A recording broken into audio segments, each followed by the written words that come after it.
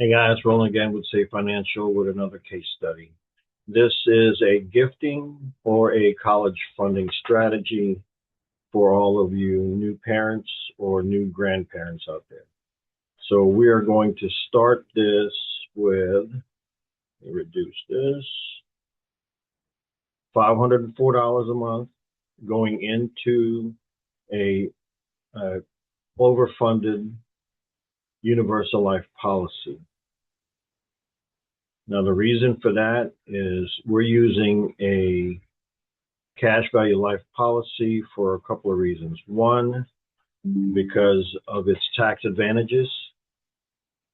So your cash grows tax deferred like a 401k, but unlike a 401k, this one's fairly liquid. So the cash buildup that's inside the policy can be accessed before age 59 and a half.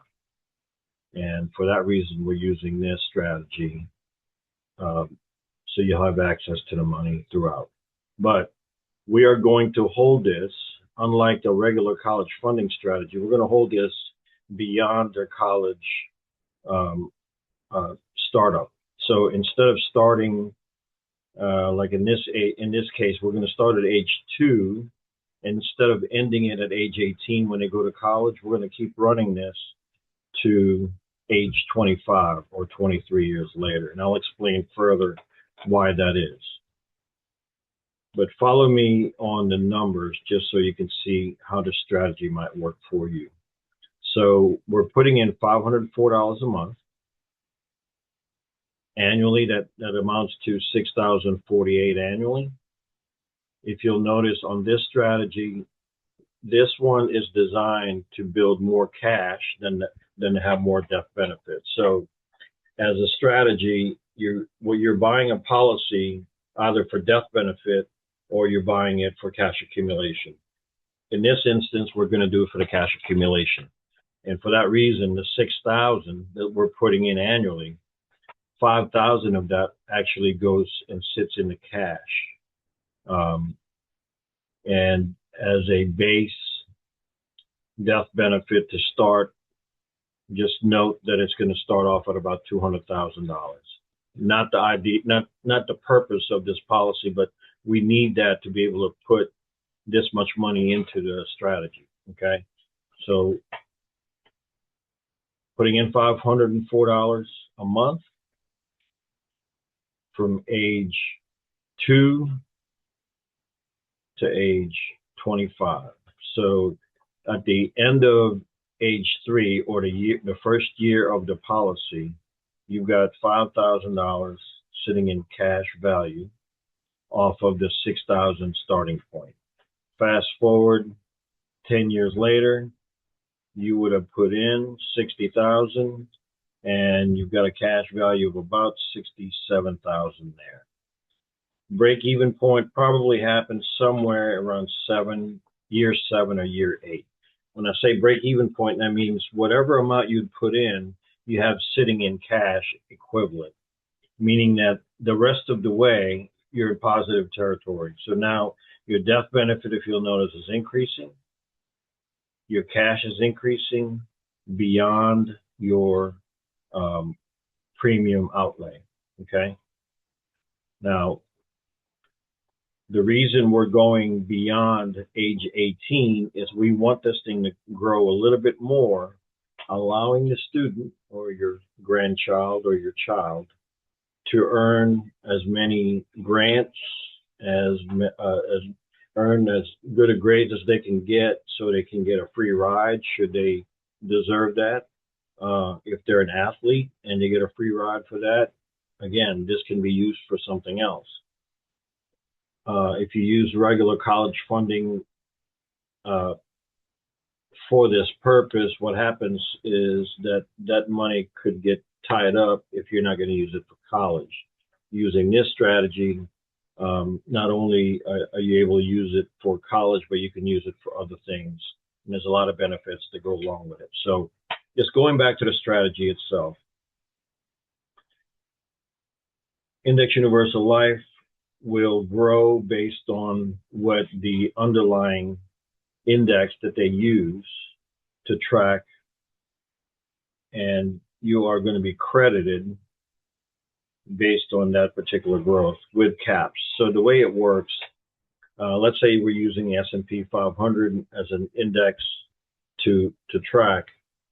If the S&P 500 goes up 15% one year, and let's say the cap, let's say in this case the cap is 8%, then you would get 8% credited to the policy in growth.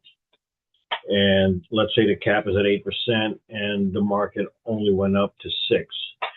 S&P was up 6%, you get the full 6, not the 8, because it didn't even hit the cap. So for that year, you would get 6%. In a year when the market is down, let's say 15%, you would get credited 0. And that's a good thing. So your cash value never goes backwards. So these assumptions are based on 5.97 average throughout, without any fluctuations like they truly will be. So this is really more of an estimate, right? So if you'll take a snapshot at the end of, let's say, the end of year 25 or year 23 at age 25, you would have put in a total of 139,104 into this strategy, and then we're going to stop completely there. And if you look at the projections based on that strategy, you've got about 251,000 in cash, having put in 139. So that's how much growth you would have gotten out of that policy. That's assuming that the average of the policy was 5.97 throughout those years. Now, you're obviously going to have some ups and some downs, but that's just using this to project at a 597. As an alternate scale, if it doesn't perform quite at the 597 and it only performed up to 4.4, you are going to be looking at sitting on 205,000 in cash as opposed to the 251, again, having put in 139 into the strategy. Now, again, because we were doing this all the way to age 25, your college student would have already graduated. They earned their tops or whatever grants they may have earned along the way, whether it was through athletics or let's say it's through academics. If they got a full ride, then you've got this available to gift to them later on. Let it ride if you want, because if you'll notice, if you let it ride and you let it just sit there and don't even tell them about this policy, and say at age, by the time they retire, without you having to put any more money into it, time really is good to this. Even at the 4.4 scale, by the time they retire at age 67, you're going to have about 1.3 in there.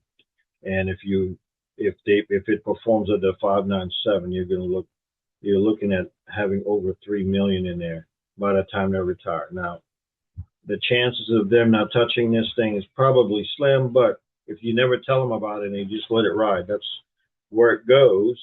Just doing it on its own based on an average of 597 or 4.4. Okay.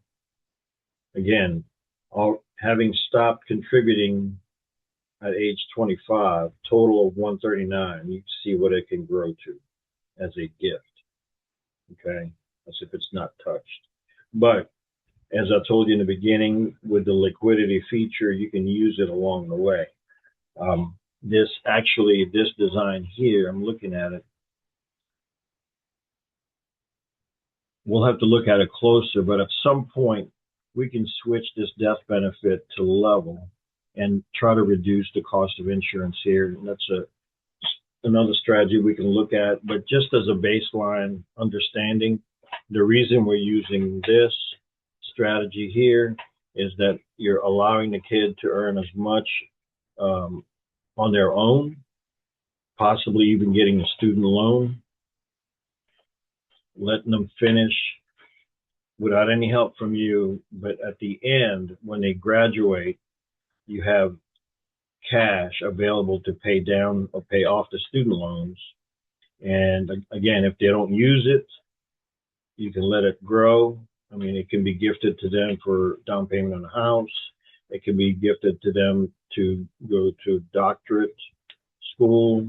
It can be gifted to them to start a business, whatever. But the idea is that contribution from either parents or grandparents at 504 all the way to age 25, putting in a total of 139 spread out over time, and just allowing compound interest to work in your favor. The strategy works really well. If this is something that might interest you, happy to help. Roland Jaramillo, Safe Financial, 985-464-95